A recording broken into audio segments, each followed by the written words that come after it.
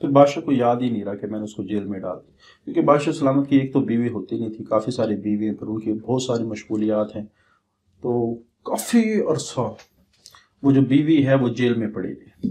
اب بادشاہ سلامت کو یاد ہی نہیں رہا کہ میں نے اپنی ایک بیوی ہے اس کو جیل میں ڈالا، اس کی مشغولیات اتنی زیادہ تھی کہ وہ بھول گیا۔ اچھا، پھر اللہ کا کرنا ایسا ہوا کہ ایک دفعہ بادشاہ سلامت ایک جگہ سے گزر رہا تھا، اپنے قلعے کے قریب سے ایک جگہ تھی، اس سے گزر رہا تھا، تو بادشاہ سلامت نے دیکھا کہ ایک عورت دور سے اس کو نظر آیا کہ ایک عورت وہ کیا کرتی ہے کہ اپنے پاس جو بیل کھڑا ہوتا ہے، بیل سمجھتے ہو آپ، بیل جو کھڑا ہوتا ہے اور کافی وہ اس کا جسامت والا بیل ہے، وہ اپنے کندھے پہ اٹھاتی ہے، اور کندھے پہ اٹھا کے پھر ساتھ ایک چھوٹا سا آپ کہہ سکتے ہیں کوٹھی نما نہیں، آپ کہہ سکتے جھوپڑی نما جگہ ہے، وہاں سیڑھیاں بنی ہوئی ہے، تو وہ کیا کرتی ہے اس بیل کو اٹھاتی ہے۔ حالانکہ ایک عورت کے لیے ایک چھوٹی سی بکری کو اٹھانا بڑا مشکل ہوتا ہے، وہ ایک بہت بڑے بیل کو اٹھاتی ہے، اپنے سر پہ لاتی ہے، اور اس کے بعد وہ سیڑھیوں پہ چڑھتی ہے، اور جو جھوپڑی ہے اس کی چھت پہ لے جا کے اس کو کھڑا کر دیتی۔ تھوڑی دیر بعد وہ پھر بیل کو اٹھاتی ہے، اس کے بعد پھر سیڑھیاں اترتی ہے، اس کے بعد پھر وہیں لا کے جہاں پہلے کھڑا تھا کھڑا کر دیتی۔ اور بادشاہ سلامت بڑا حیران ہوا کہ یار عورت ذات ہے، عورت ذات کے لیے بھاری چیز کو اٹھانا بڑا مشکل ہے، اور اس نے پورے اتنے بڑے بیل کو اٹھا لیا، تو یہ تو بہت عجیب لگا اسے۔ اس نے فوراً ہی اپنے وزراء کو حکم دیا کہ وہ جو سامنے عورت ہے اس کو پکڑ کے لے کے آؤ۔ اب جناب وزراء نے عمل درآمد کے حکم پہ بادشاہ سلامت اپنے محل میں گئے، اور اس کے بعد جب اس عورت کو پکڑ کے لایا گیا، جب اس عورت نے اپنا نقاب اتارا تو وہ بادشاہ کی وہ بیوی تھی۔ اب سارے کے سارے وزراء بڑے حیران ہوئے کہ یہ جو پہلے ہماری ملکہ تھی، یہ بڑی مشکل سے اگر اس کو کہہ دیا جاتا کہ یار ایک میز اٹھا لو، ایک کرسی اٹھا لو، ایک چھوٹی سی بکری کا بچہ اٹھا لو، یہ وہ نہیں اٹھا سکتی تھی، اور آج اتنا بڑا بیل اس نے اٹھایا، تو یہ کیسے پاسبل ہوا؟ اب بادشاہ بھی بڑا حیران تھا کہ بادشاہ نے اس سے پوچھا تو نے اس طرح کا اتنا زبردست قسم کا جو کام ہے، جو اتنا حیران کن کام ہے، آپ نے کیسے کیا؟ تو اس نے جواب دیا، بادشاہ سلامت میں نے پریکٹس کی اور میں نے یہ کام کر لیا، میں نے پریکٹس کی اور میں نے یہ کام کر لیا۔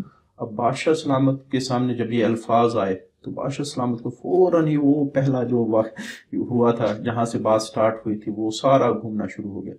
اب بادشاہ دل میں سوچا بھئی اس نے تو بات وہی کی ہے جو پہلے جس کی وجہ سے میں نے اس کو جیل میں ڈالا تھا۔ تو بادشاہ بڑا شرمندہ ہوا اپنی بات پہ، اور کہنے لگا کہ میں محسوس کر رہا ہوں کہ مجھ سے غلطی ہوئی ہے، لیکن چلو میں اپنی بات پہ شرمندہ بھی ہوں، میں آپ سے معافی بھی مانگتا ہوں، لیکن میں جاننا چاہ رہا ہوں کہ آپ نے یہ کام کیا کیسے ہے؟ حالانکہ بڑا مشکل کام ہوتا ہے کہ انسان ایک چھوٹے سے بکری کو اٹھا کے چھت پہ جائے، اور وہ آزاد کے لیے تو ویسے مشکل ہوتا ہے۔ تو اس نے کہا بھائی بادشاہ سلامت میں نے پریکٹس کی ہے، میں نے کر لیا۔ بادشاہ نے کہا ٹھیک ہے میں مان لیتا ہوں کہ تو نے پریکٹس کی، تو نے یہ کام کر لیا، لیکن کیا کیسے؟ تو اس نے پھر سمجھایا کہ جس وقت آپ نے مجھے جیل میں ڈالا تھا تو جو جیلر تھا وہاں کا تو ایک بزرگ شخص تھا، تو جس وقت آپ نے مجھے جیل میں ڈالا تو اس نے میری بڑی رسپیکٹ کی کہ مجھے وقت پہ کھانا دیتا تھا، مجھے وقت پہ ایون چائے مانگی جو کچھ بھی مانگتی تھی میں پہنچا دیتا۔ ایک دفعہ میں ایک چھوٹا سا روشن دان تھا، میں نے اس میں سے جھانکا تو باہر مجھے کھیت نظر آئے، تو میں نے جیلر کو کہا کہ میاں صاحب کہ آپ میری ماشاءاللہ بڑی خدمت کرتے ہو، تو مجھے میری آپ سے ایک ریکویسٹ ہے کہ مجھے تھوڑی دیر کے لیے باہر یہ جو کھیت ہے اس میں جانے کا موقع دے دیا۔ اب جیلر سمجھ گیا بھئی یہ جو ملکہ ہے وہ تھوڑا سا باہر کی سیر کرنا، پہلے تو وہ پریشان ہوا بھئی یہ نہ ہو کہ باہر سے کہیں آگے چلی جائے، تو اس نے پھر کہا میں نے اسے یقین دلایا کہ آپ مجھ پہ بھروسہ رکھیں، میں یہ کام نہیں کروں گی، میں واپس آ جائے گا۔ تو پہلے دن جب جیلر نے چھوڑا میں تھوڑی دیر کھیت میں گئی، گھوما پھرا، جو فریش ہوا لی، اس کے بعد میں واپس آ گئی، پھر میری ایک روٹین بن گئی۔ کہتے ایک دفعہ میں جس وقت کھیت میں گئی تو مجھے ایک نظر آئی گائے، وہ پریگننٹ تھی، 2-3 دن بعد اس کا جب بچہ ہوا تو وہ بچہ وہ بڑا خوبصورت سا تھا، تو میں نے اس بچے کو گود میں اٹھایا، بلکہ بڑا ہلکا سا تھا، تو میں پھر اس کے ساتھ تھوڑی دیر کھیلتی رہی دل بہلانے کے لیے، مجھے بڑا پیارا لگتا تھا۔ تو میں ایک دن اٹھا کے میں یہ جو جھونپڑی ہے اس کی چھت پہ چلی گئی، وہاں تھوڑی دیر اس کے ساتھ کھیلا، جیسے چھوٹے سے بچے کو کسی بھی جانور کے ہوں انسان کو اچھا تو لگتا ہے، کہتے میں اوپر چلی گئی۔ اس کے بعد پھر میری یہ ڈیلی روٹین بن گئی کہ میں اس بچے کو اٹھا کے اوپر لے کے جاتی، پھر میں بچے کو اٹھا کے میں اوپر لے کے جاتی.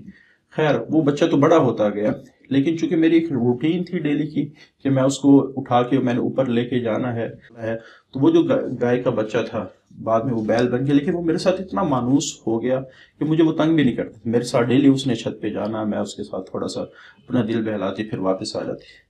تو آہستہ آہستہ وہ تو بڑا ہوتا گیا، لیکن ہماری چونکہ ایک روٹین بنی تھی، اس وجہ سے وہ بڑا ہوتا گیا، اور مجھے اس روٹین کی وجہ سے اس کا جو وزن ہے وہ مجھے وزن محسوس ہی نہیں ہوتا تھا.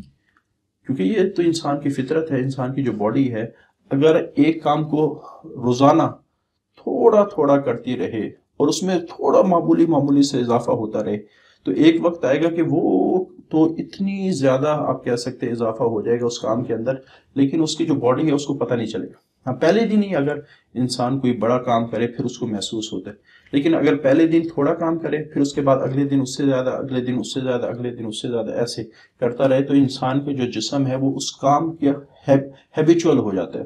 اس کو کام تو بڑھ رہا ہوتا ہے لیکن اس کے جسم کو اتنا فرق نہیں پڑ رہا ہوتا، بس اس کو یہ محسوس ہوتا ہے جو میں نے کل کام کیا تھا آج اس سے تھوڑا سا زیادہ ہے، جو میں نے کل کام کیا تھا آج اس سے تھوڑا سا زیادہ ہے.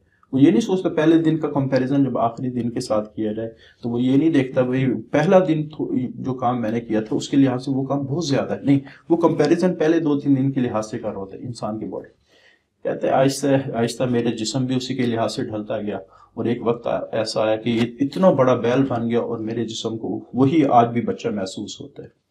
تو بہرحال میں نے اس کی پریکٹس کی جس کی وجہ سے مجھے اتنی بڑی آپ کہہ سکتے ہیں کام کرنے کی میرے اندر صلاحیت پیدا ہوئی. تو اس ملکہ نے کہا کہ بادشاہ سلامت بات اسی طرح ہے کہ انسان جس چیز کے اوپر محنت کرتا ہے، جس چیز کی پریکٹس کرتا ہے، وہ کام اس کے لیے آسان ہو جاتا ہے. اس وقت بھی میں نے آپ سے یہی بات کی تھی کہ آہستہ آپ نے جو اتنا زبردست قسم کا تیر چلایا ہے کہ جو ہرن کی ٹانگ سے نکلا اس کی آنکھ میں لگا، تو وہ آپ کی پریکٹس کا نتیجہ ہے. وہ کوئی یہ نہیں ہے کہ کوئی ایسا بہت مشکل کام ہے، جو بھی پریکٹس کرے گا اس سے یہ کام ہو جائے.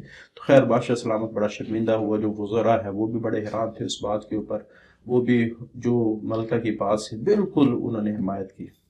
تو بہرحال ایک قصہ سنانے کا مقصد یہ ہے کہ بادشاہ نے تیر چلایا، اور ایسا تیر چلایا جو اس کی ٹانگ سے گزرا، اس کی آنکھ میں لگا. دنیا کے لحاظ سے یہ حیران کن تھا. ملکہ نے پورے بیل کو اٹھایا، اس کے بعد وہ چلی گئی چھت کے اوپر. یہ بھی دنیا کے لحاظ سے حیران کن تھا، لیکن ان کے اپنے لیے حیران کن نہیں تھا. وجہ کیا؟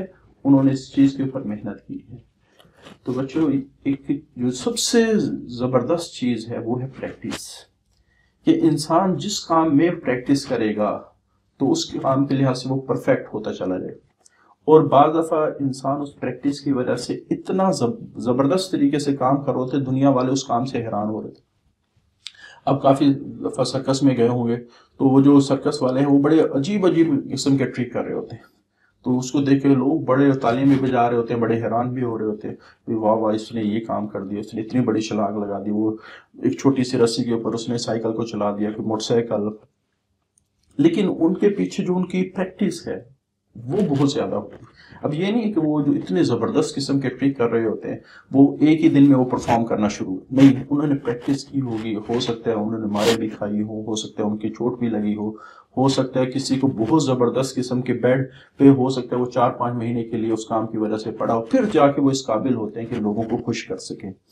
تو اسی طرح چاہے ایک عام بندہ کوئی بھی کام کر رہا ہے، جب تک وہ پریکٹس کو روٹین نہیں بنائے گا، وہ اس کام میں پرفیکٹ ہو ہی نہیں سکتا. تو ہمیشہ جس کام کو بھی کریں کوشش کریں کہ اس کی اتنی پریکٹس ہو کہ آپ کے ہاتھوں کو، آپ کے جسم کو وہ چیز یاد ہو جائے. جیسے شروع میں کوئی موٹر سائیکل چلاتا ہے نا، تو موٹر سائیکل کے جو آپ کہہ سکتے ہیں گیئر شیئر ہوتے ہیں، وہ ہمارے پاس جو ریس ہے اس کا جو آپ کہہ سکتے، اسی طرح جو کلچ ہے ان کا جو کمبینیشنز ہیں وہ اس کو سمجھ نہیں آ رہی ہوتی. بعض دفعہ وہ انسان تھوڑا سا آپ کہہ سکتے کلچ ٹائم سے پہلے چھوڑ دے اور گیئر نہ لگائے تو وہ موٹر سائیکل بند بھی ہو جاتی ہے، یا بعض دفعہ گیئر لگائے تو جو آرام سے کلچ چھوڑ رہا ہوتا ہے وہ نہ چھوڑے، اچانک چھوٹ جائے تو موٹر سائیکل بند ہو جاتا ہے. لیکن ایک وقت ایسا آتا ہے یہ جو کمبینیشن ہے کہ کس وقت گیئر بڑھانی ہے، کس وقت کلچ چھوڑنا ہے، کس وقت گیئر لگانا ہے، تو یہ اتنی زبردست طریقے سے باڈی سیکھ چکی ہوتی ہے کہ وہ جب چل رہا ہوتا ہے آٹومیٹکلی اس کا مائنڈ کیا کر رہا ہوتا ہے، اس چیز کو ایڈجسٹ کر رہا ہوتا ہے. حالانکہ شروع میں وہ اپنے مائنڈ سے سوچ کے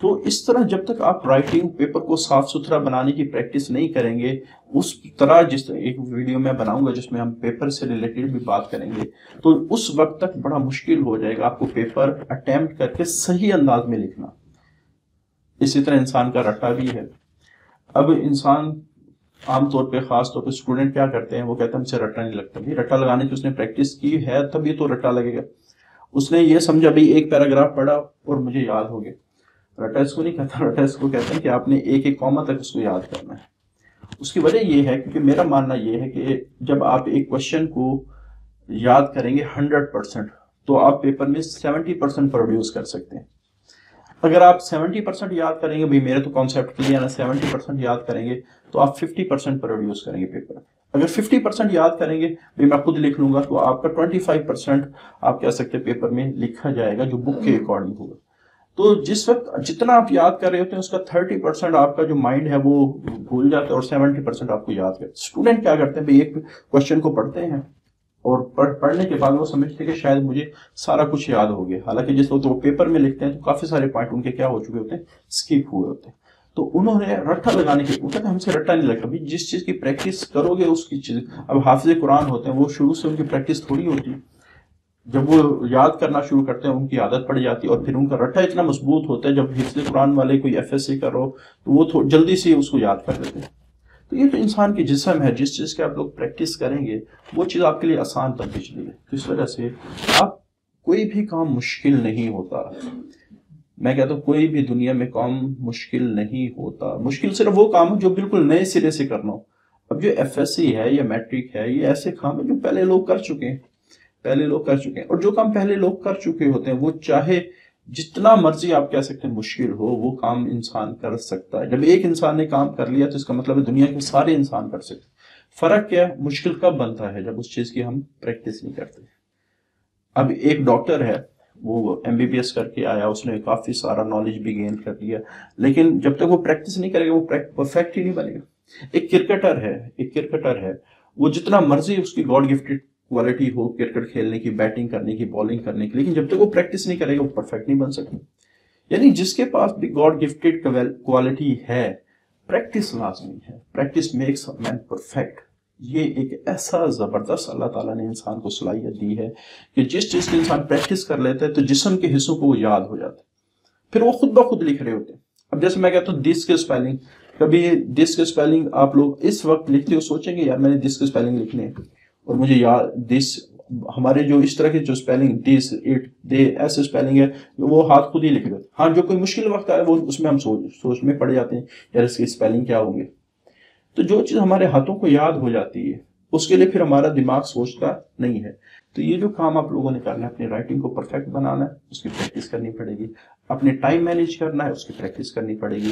اپنے کانسیپٹ کو بہتر بنانا ہے، اس کی پریکٹس کرنی پڑے گی۔ کانسیپٹ بہتر کیسے ہوں گے؟ کانسیپٹ جیسے آپ نے ایک لائن پڑھی، آپ نے اس پہ سوچنا ہے کہ یار میں اس میں یہ جو جتنی باتیں ہیں، کیا میرے مائنڈ میں ہر جو لفظ ہے اس کا جواب موجود ہے؟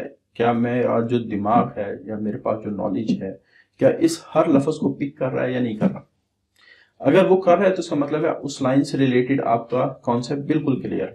لیکن درمیان میں اگر کوئی لفظ آ جائے جو بس آپ نے یاد تو کر لیا ہے لیکن اس کا آپ کو نہیں پتا، تو اس کا مطلب یہ ہے کہ اس لائن سے ریلیٹڈ آپ کو کانسیپٹ کلیئر ہے۔ تو آپ ایک لائن جو آپ کو نہیں آتی اس کو آپ انڈر لائن کریں۔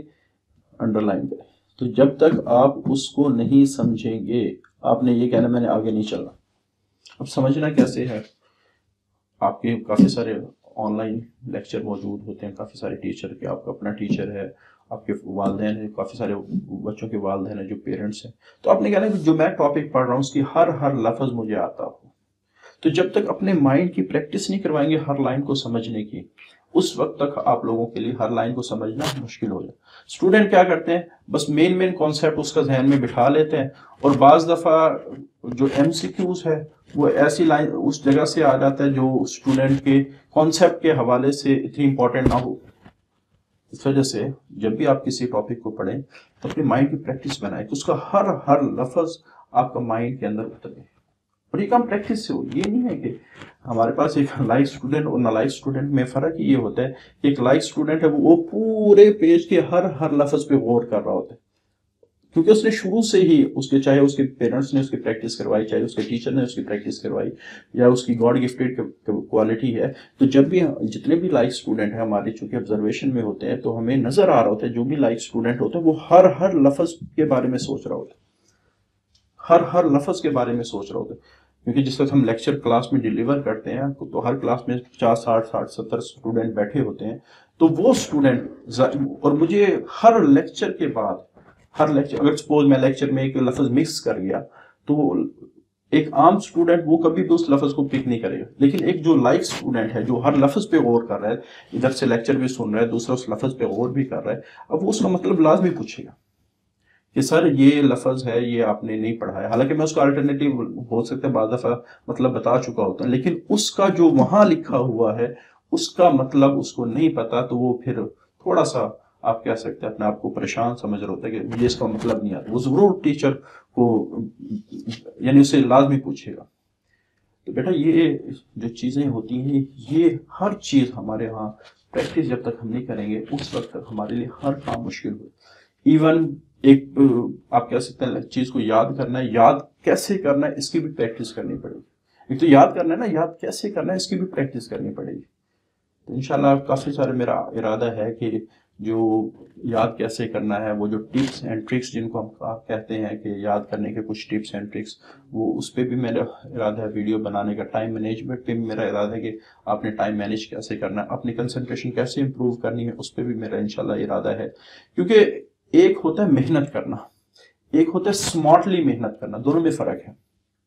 محنت تو یہ کرنا ہے کہ بندہ ایک طرف سے شروع ہو جائے اور اینڈ تک لگا رہے. دوسرا اس انداز میں محنت کرنا کہ محنت کم ہو اور آؤٹ پٹ زیادہ. تو یہ والی جو کام ہے یہ اس وقت کیا جائے گا کہ جب آپ کو ہر لحاظ سے ہر ٹاپک ہر چیز بڑے اچھے انداز سے آ رہی ہو. تو بہرحال اس ویڈیو کو بنانے کا مقصد یہ ہے کہ دنیا میں کوئی کام مشکل نہیں ہوتا، مشکل صرف وہ ہوتا ہے جس کی پریکٹس نہ کی گئی ہو.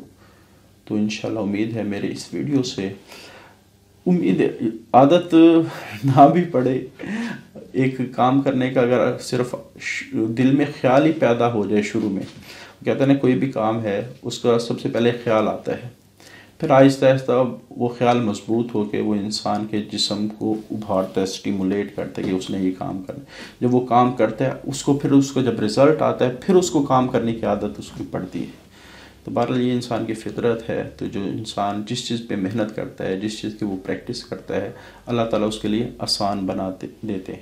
تو آج کے لیے اتنا ہی. اللہ حافظ.